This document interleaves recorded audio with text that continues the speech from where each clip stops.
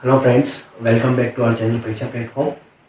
देखिए, हम डिस्कस कर रहे हैं chapter 8 of class 10 NCERT introduction to trigonometry.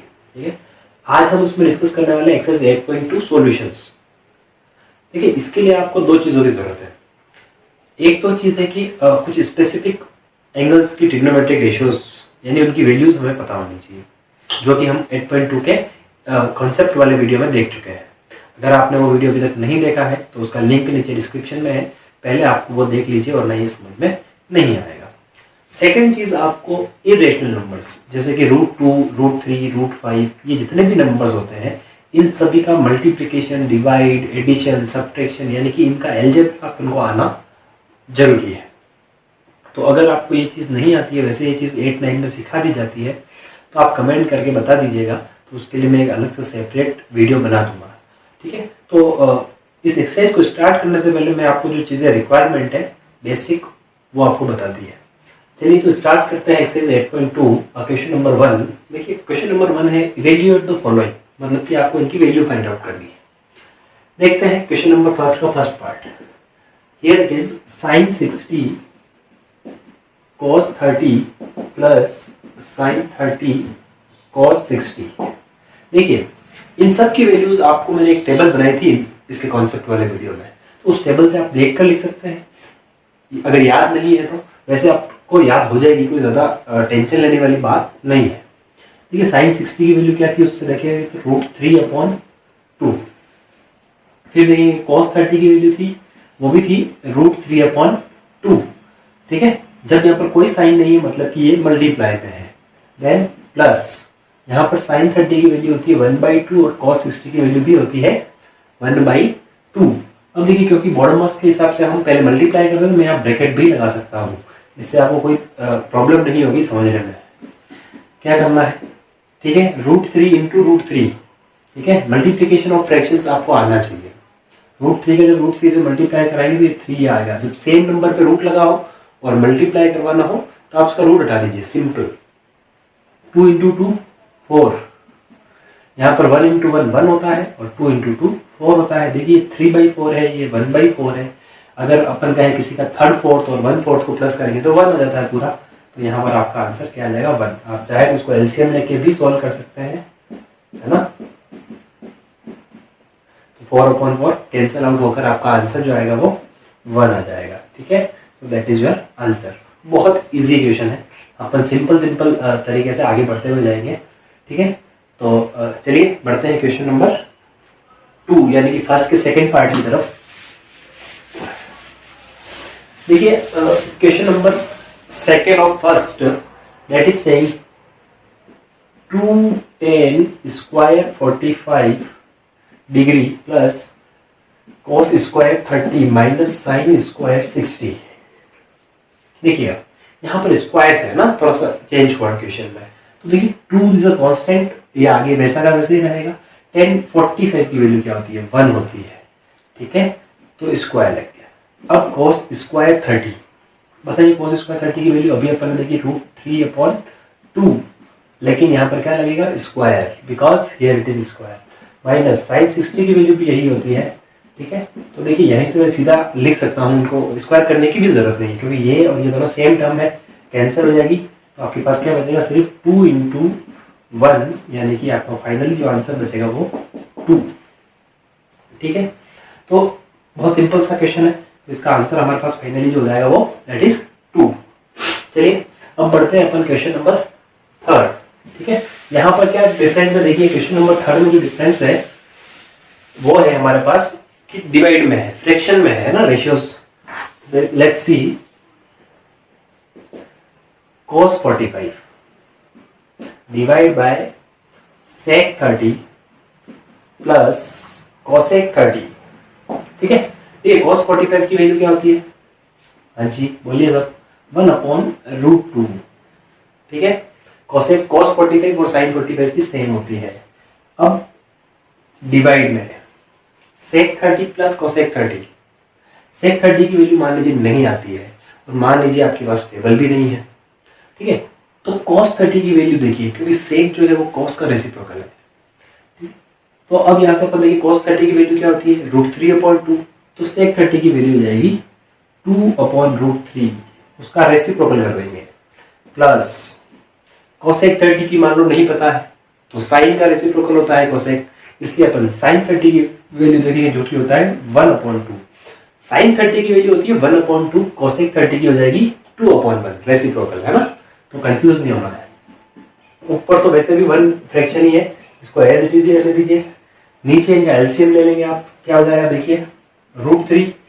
Fractions का एडिशन आपको आना चाहिए, 6th क्लास से हम पढ़ते हुए आ रहे हैं, ठीक है।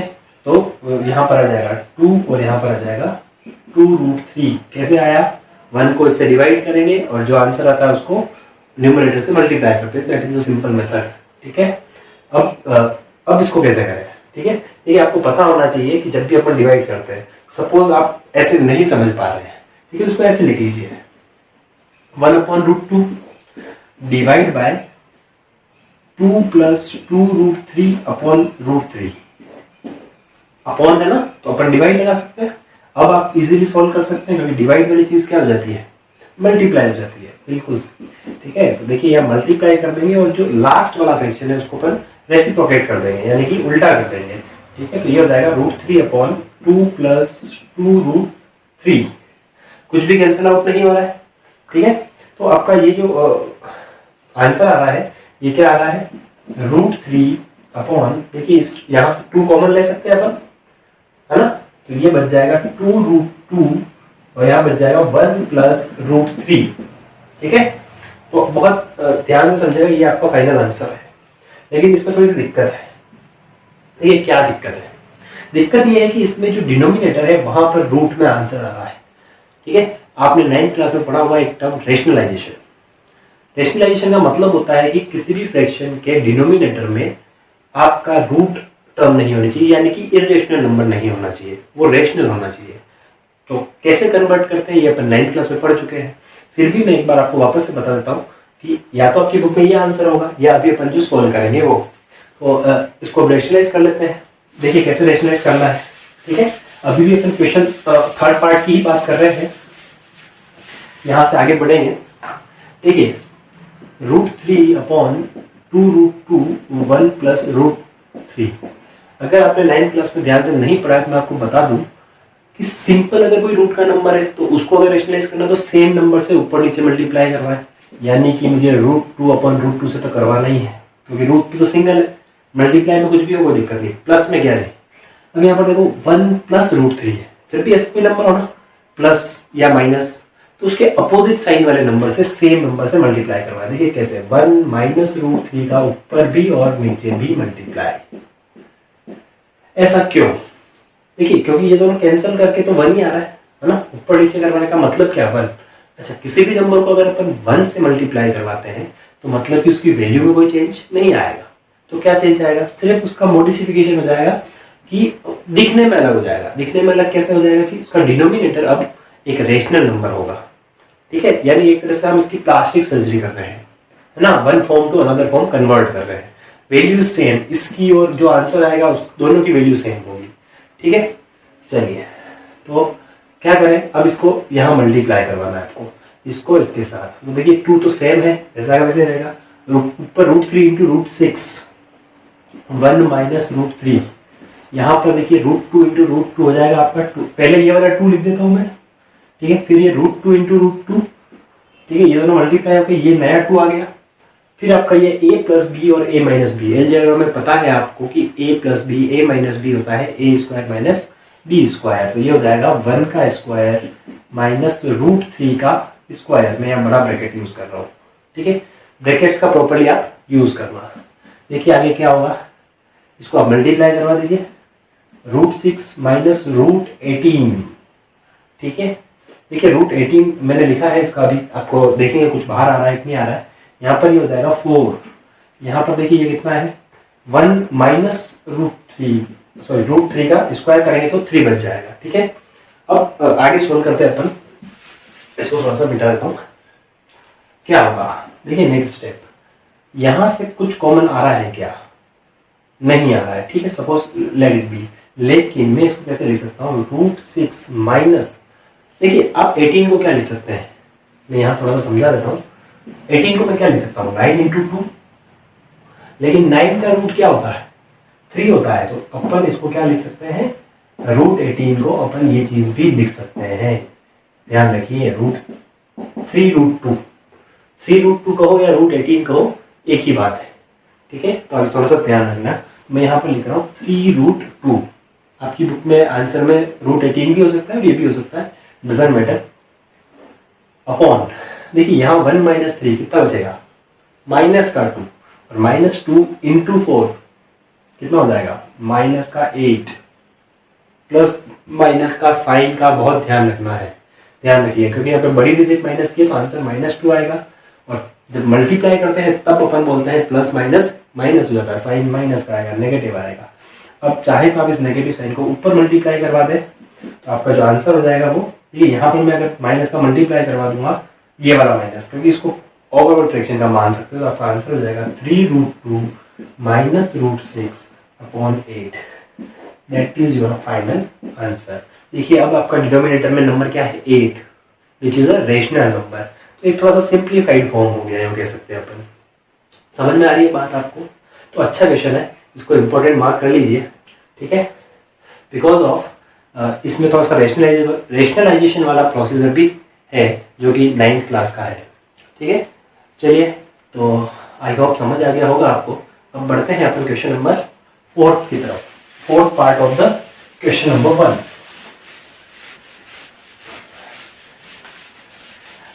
देखिए 4th पार्ट में क्या लिखा हुआ है आपके पास, sin 30, मैं डायरेक्ट अब वैल्यूज लिख रहा हूँ ना, आप समझ जाइएगा। sin 30 की वैल्यू कितनी होती है, देखिए sin 30 की वैल्यू होती है 1/2। फिर है आपका tan 45 की वैल्यू होती है आपकी, बताइए, यस 1, क्योंकि sin 45 और cos 45 की सेम होती है तो डिवाइड करने पर 1 आता है। माइनस cosec 60 sin 30 का रेसिप्रोकल यानी कि 2/√3 डिवाइड बाय, देखिए क्या करें, sec 30 की वैल्यू क्या होगी cos 30 का रेसिप्रोकल, cos 30 होता है √3/2, तो यहाँ पे हो जाएगा 2/√3। फिर है आपका cos 60, देखिए cos 60 की वैल्यू क्या होती है, यस 1/2। देन cot 45, tan 45 का रेसिप्रोकल 1 ही होगा, 1 का रेसिप्रोकल ध्यान रखना, 1 का रेसिप्रोकल 0 नहीं होता है, इन्फिनिटी नहीं होता है, 1 ही होता है, बिकॉज 1/1 है ना, 1 ही होगा।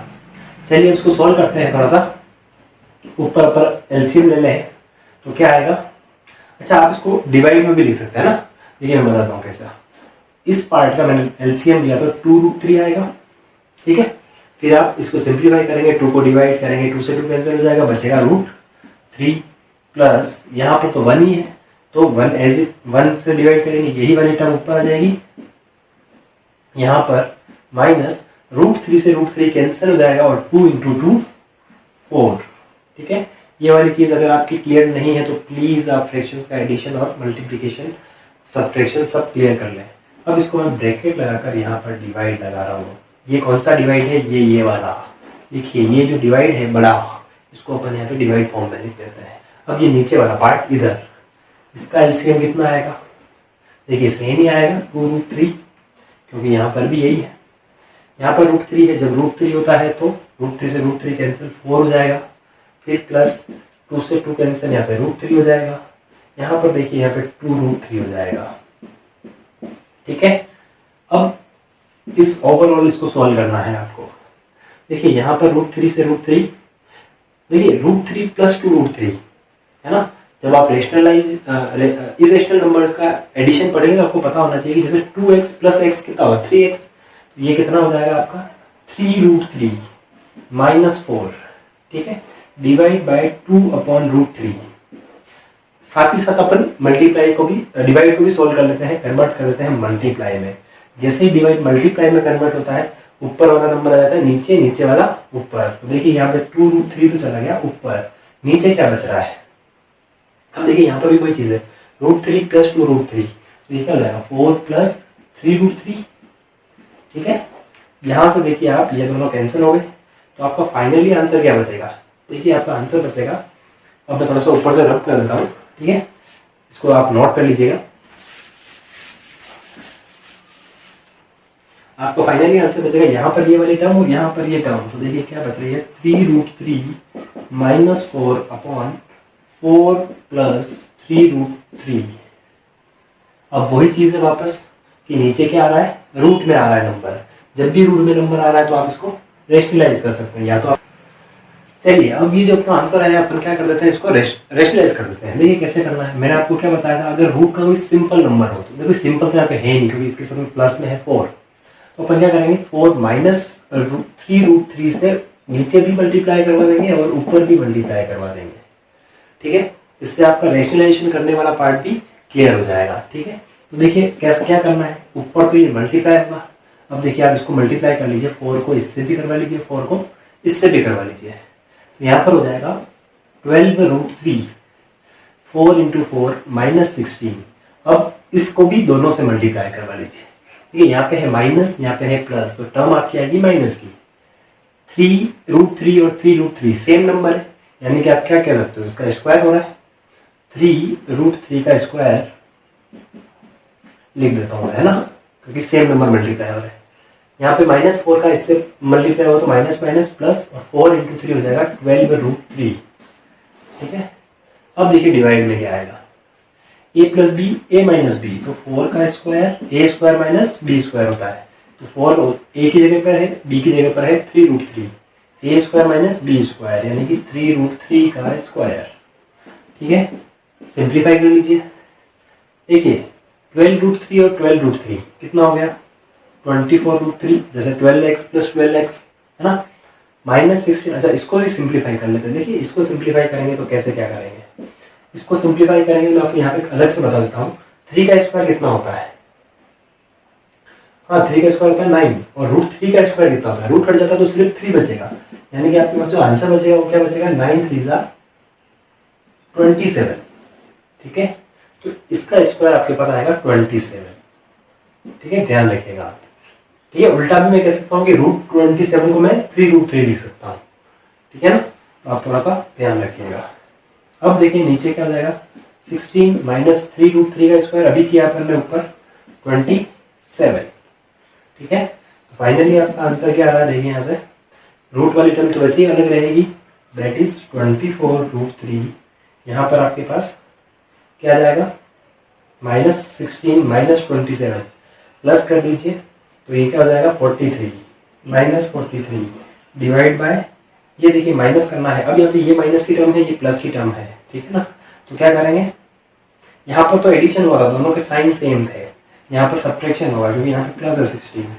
ठीक है, तो अभी क्या करेंगे, 27 में 16 को माइनस कर लीजिए आप, तो 4 और 7, तो ये आपका 11, लेकिन माइनस का ध्यान रखिएगा। तो आप क्या करें, इस माइनस को ऊपर मल्टीप्लाई कर दें। जैसे आप किसी ए, देखिए एक कंसेप्ट है मैं आपको बताता हूँ, आप इसको रट लें, a - b है, और अगर आप माइनस से मल्टीप्लाई करें तो ये b - a हो जाएगा, और कुछ नहीं। अगर आप इसको माइनस से मल्टीप्लाई करवाते हैं तो अंदर की टर्म्स चेंज हो जाती है। अपन इस वाले माइनस को यहाँ अंदर मल्टीप्लाई करवा देंगे तो दोनों एक्सचेंज हो जाएंगे, और कुछ नहीं होगा। तो आपको फाइनली जो आंसर आएगा वो हो जाएगा 43 - 24√3 डिवाइड बाय 11।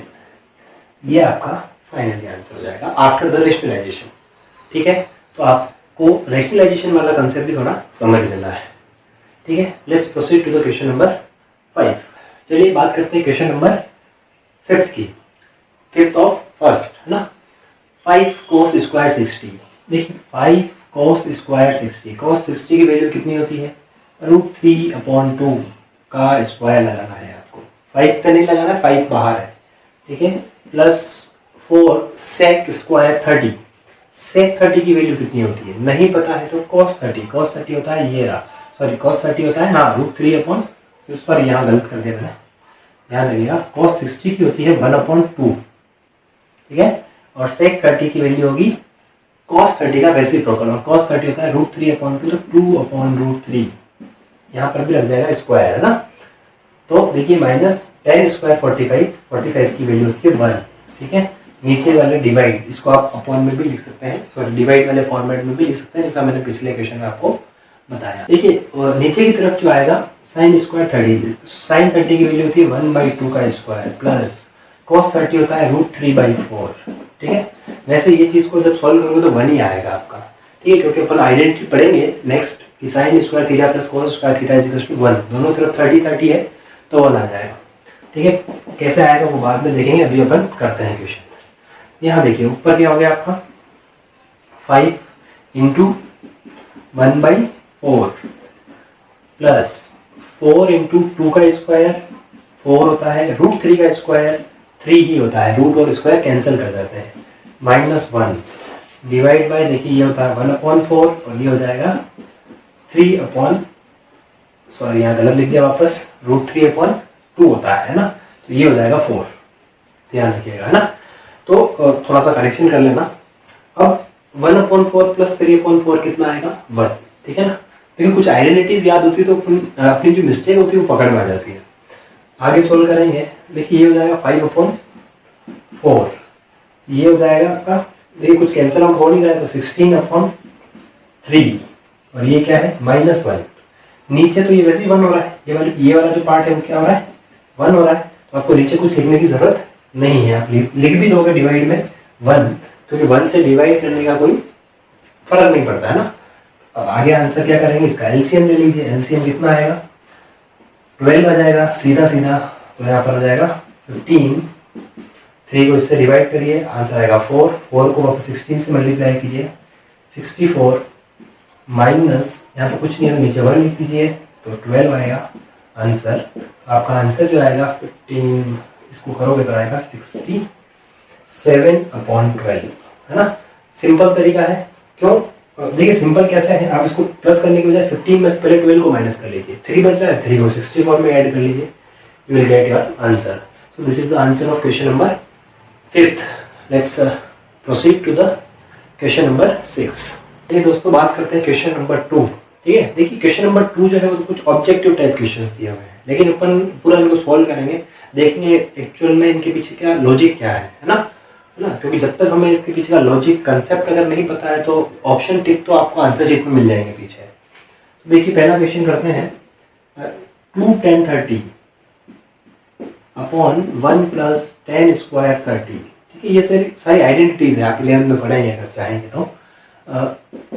2 इंटू tan 30 की वैल्यू बताइए आप, tan 30 की वैल्यू कितनी होती है, tan 30 की वैल्यू होती है 1/√3, आप टेबल में देख लेना। ठीक है, 1 प्लस, अब यहाँ पर स्क्वायर है, थोड़ा सा ध्यान रखना, tan² 30 यानी कि 1/√3 का स्क्वायर।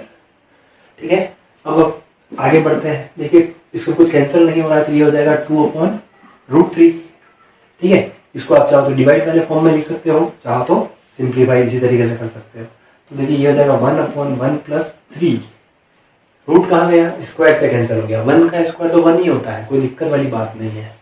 ठीक है, तो देखिए इसको एलसीएम ले लीजिए, सॉल्व कर लीजिए, ये हो जाएगा 2/√3 डिवाइड बाय 1/, देखिए इसका एलसीएम क्या आएगा 3, लेकिन ये 3 + 1 तो ये हो जाएगा 4/3, नॉट 1/3।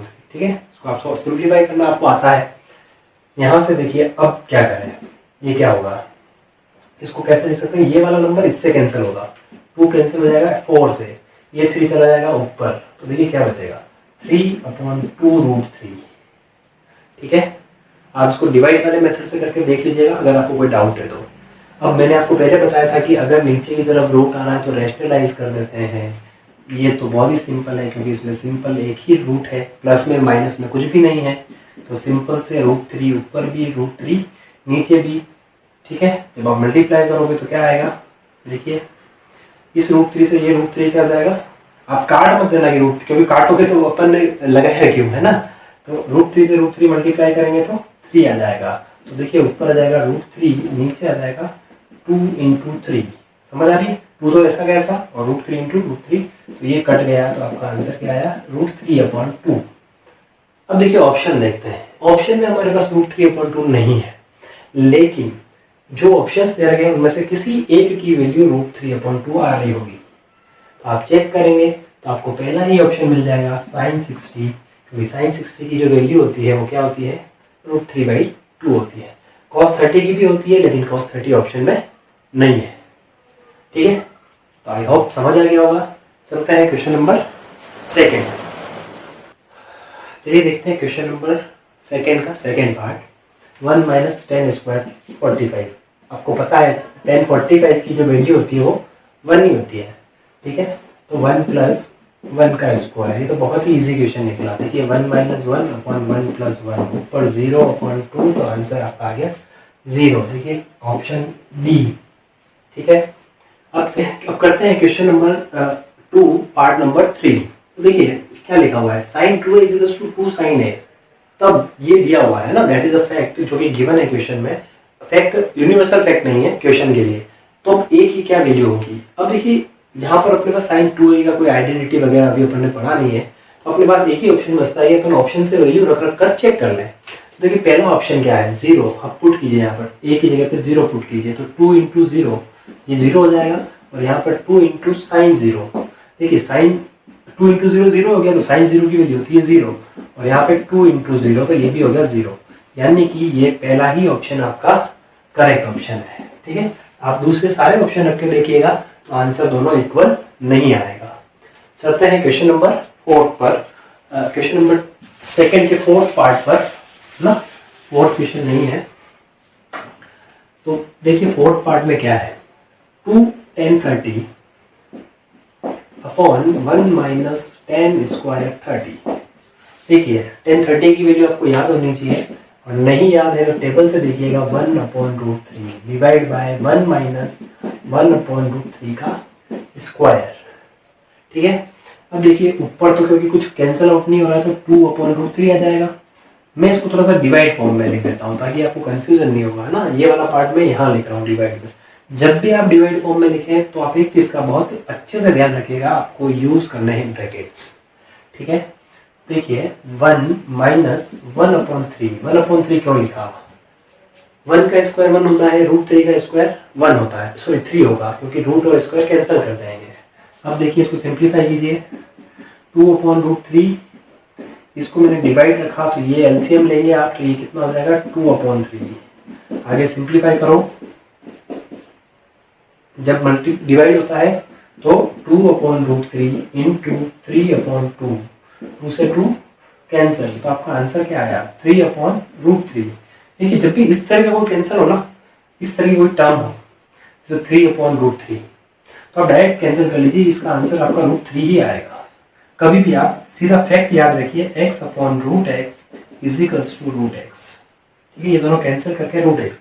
ध्यान क्या रखना है कि नंबर एक रूट में होना चाहिए, एक सिंबल होना चाहिए, और दोनों नंबर सेम होने चाहिए, ठीक है, तभी ये फैक्ट करेक्ट है, ठीक है ना। इसको अपन और अगर आप चाहेंगे तो जो इरेशनल नंबर्स का जो अलजेब्रा है उस वाले वीडियो को आप देखिएगा, उसमें मैं डिटेल्स इस चीज़ को समझा दूंगा आपको, ठीक है। चलिए अब ऑप्शन में देखते हैं, रूट 3 तो किसी ऑप्शन में नहीं है, लेकिन यहाँ पर एक ऑप्शन है, देखिए tan 60, और अगर आप टेबल से देखेंगे तो आपको पता चल जाएगा कि ये tan 60 की वैल्यू है। So here it is your answer is option number C, tan 60। So here are the all 4 parts of question number 2. Let's proceed to the another question. Number 3 of exercise 8.2. देखिए अच्छा question है, थोड़ा सा important mark करिएगा इसको। tan a plus b is equals to root 3 and tan a minus b is equals to 1 upon root 3 and a plus b का जो value है that is between 0 and 90, और a जो है वो बड़ा है, तो आपको a और b की वैल्यू फाइंड आउट करनी है। आराम से क्वेश्चन को पढ़िए, समझिए पहले कि वो क्या पूछ रहा है, उसके बाद उसका प्रोसीजर आप स्टार्ट कीजिए। देखिए सोचिए ए और बी की वैल्यू निकालनी है, तो मैं क्या करता हूँ, सबसे पहले मैं क्या लिखता हूँ, ए tan a प्लस बी, यानी ये पूरा एंगल है, इज इक्वल्स टू रूट 3। अब मुझे बताइए कि tan किस डिग्री पर रूट 3 होता है। अपन टेबल से देख के अगर देखेंगे तो tan 60 डिग्री पर क्या होता है, रूट 3 होता है। तो इन दोनों इक्वेशन से आपको क्या समझ में आया कि यहाँ पर दोनों वैल्यू सेम है, यहाँ पर भी 10 है, यहाँ पर भी 10 है, तो क्या कह सकता हूँ, a plus b is equals to 60। बहुत इजीली समझ, ये इक्वेशन मिलेगी आपको एक, ठीक है। अब देखिए tan a minus b is equals to 1 upon root 3। Table से आप देखेंगे तो आपको पता चलेगा कि tan 30 degree is equals to also 1 upon root 3। देखिए ये आपको क्वेश्चन में दिया हुआ, ये अपने टेबल से लिया है। तो अब देखिए इन दोनों से आपको क्या पता चल रहा है कि a माइनस बी किसके इक्वल है, 30 के, क्योंकि ये दोनों वैल्यूज अगर इक्वल है, यहाँ पर 10 और 10 है, मतलब ये दोनों भी कैसे होने चाहिए, इक्वल ही होने चाहिए। तो यहाँ से आपको क्या मिला, a minus b is equals to 30। अब देखिए ये कैसा हो गया है, लीनियर इक्वेशन इन 2 वेरिएबल्स। आपने चैप्टर नंबर 4 में पढ़ा होगा, ठीक है। तो that is linear equation in 2 variables. तो इजीली आप इन दोनों को ऐड कर दीजिए, इसको आप इक्वेशन 1 दे दीजिए, इसको इक्वेशन 2 दे दीजिए, ठीक है। जब ऐड करेंगे तो b से b कैंसिल हो जाएगा, 2a इज इक्वल्स टू, इन दोनों को ऐड करेंगे तो 90, यहाँ से a आपका क्या आ गया 90/2 यानी कि 45 डिग्री। a की वैल्यू आपकी क्या आ गई 45 डिग्री। आप कहीं पर भी रख लीजिए, यहाँ पर रख लीजिए 45, तो b की वैल्यू भी क्या आ जाएगी, देखिए 45 अगर मैं रखूँ तो b की वैल्यू क्या आनी चाहिए, सोचिए a की जगह पर 45 रखना है, ठीक है। देखिएगा 45 plus b is equals to 60, तो b is equals to 60 minus 45, है ना, जैसे वेरिएबल सोल्व करते हैं अपन एक्स वाई में, बिल्कुल वैसे ही, ठीक है। तो b इज इक्वल्स टू क्या आ जाएगा आपका 60 माइनस 45, ये आपका आंसर आ गया। b इज इक्वल्स टू, बताइए कितना आ गया, यस 15 डिग्री, ठीक है। तो यहाँ पर आप वैल्यूज रखकर वापस देख लीजिएगा, दोनों सेटिस्फाइड करेंगे तो, ठीक है। ये आपका b की वैल्यू हो गई और ये आपकी a की वैल्यू हो गई, ठीक है। तो सिंपल सा क्वेश्चन है लेकिन अच्छा क्वेश्चन है, ठीक है। और भी एग्जांपल्स में इस टाइप के क्वेश्चन से आप उन्हें जरूर सॉल्व करें। अब देखिए लास्ट क्वेश्चन जो है आपका ट्रू फॉल्स का है, ठीक है। तो देखिए इसको भी देख ही लेते साथ साथ में, ठीक है, ऑरली डिस्कस कर लेते हैं। पहला है फोर्थ का first part, sine a plus b is equal to sine a plus sine b. नहीं, दैट इज रॉन्ग, है ना, क्योंकि ये कोई एल्जेब्रिक इक्वेशन नहीं है कि आप इसको साइन को अंदर मल्टीप्लाई कर लें, ये एंगल है, ठीक है। तो दैट इज फॉल्स, इस तरीके से कोई भी चीज नहीं होती है जो आप नॉर्मल आप मैथमेटिक्स में अपन यूज करते हैं, वो ट्रिग्नोमेट्री में ऐसे यूज नहीं होगा। सेकंड है the value of theta increases, यानी ये अब जो एरो मैंने लगा रखा है उधर जगह नहीं थी इसलिए लगा दिया, तो आपकी बुक में लिखा होगा the value of sine theta increases as theta increases. इसका क्या मतलब है, देखिए इसका मतलब है कि जैसे जैसे हम थीटा को इंक्रीज करते हैं, यानी कि एंगल को इंक्रीज करते हैं, तो साइन थीटा की वैल्यू इंक्रीज होती है, ठीक है। तो देखिए एक लिमिट तक तो ये ट्रू है, लेकिन ओवरऑल देखा जाए तो फॉल्स है। कैसे, हमारी अगर टेबल में हम देखेंगे तो 0 से लगाकर 90 तक, तो जैसे हम 0 पर वैल्यू देखें तो 0 होती है, 30 पर 1/2 होती है, फिर 45 पर 1/2 तो इंक्रीज होती जा रही है, 90 तक ये इंक्रीज होती है।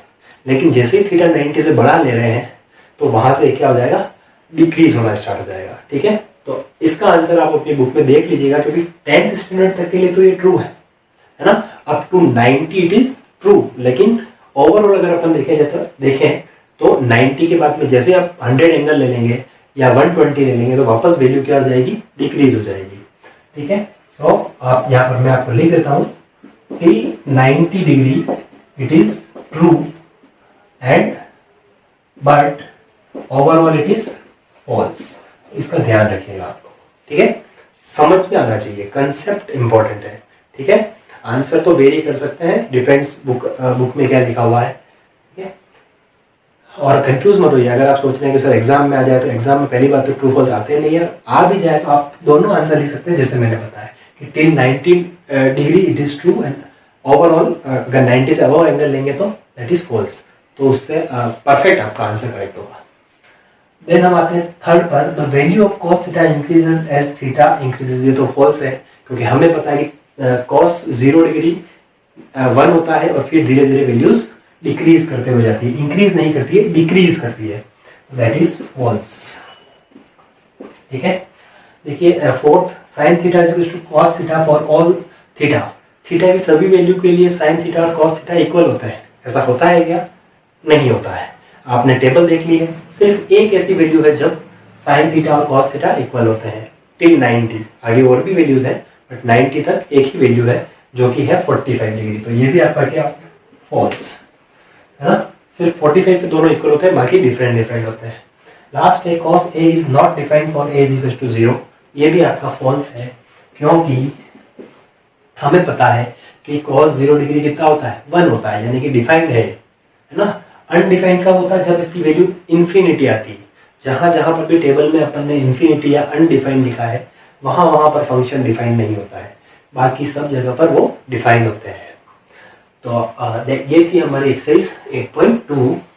ठीक है, कुल मिलाकर आप क्वेश्चंस के पीछे मत भागिए, आप कंसेप्ट के पीछे भागिए। क्वेश्चंस तो आप और भी बुक्स हैं, एग्जाम्पल्स हैं, है ना, आर डी शर्मा है, कहीं से भी सोल्व कीजिए। इन कॉन्सेप्ट से आपके सारे क्वेश्चंस हो जाएंगे। और अगर कोई फिर भी दिक्कत आती है तो आप कमेंट कर सकते हैं। ठीक है, इसके आगे अपन डिस्कस करेंगे। अब 8.3 का जो कंसेप्ट है वो टिल देन स्टे ट्यून्ड। जय हिंद।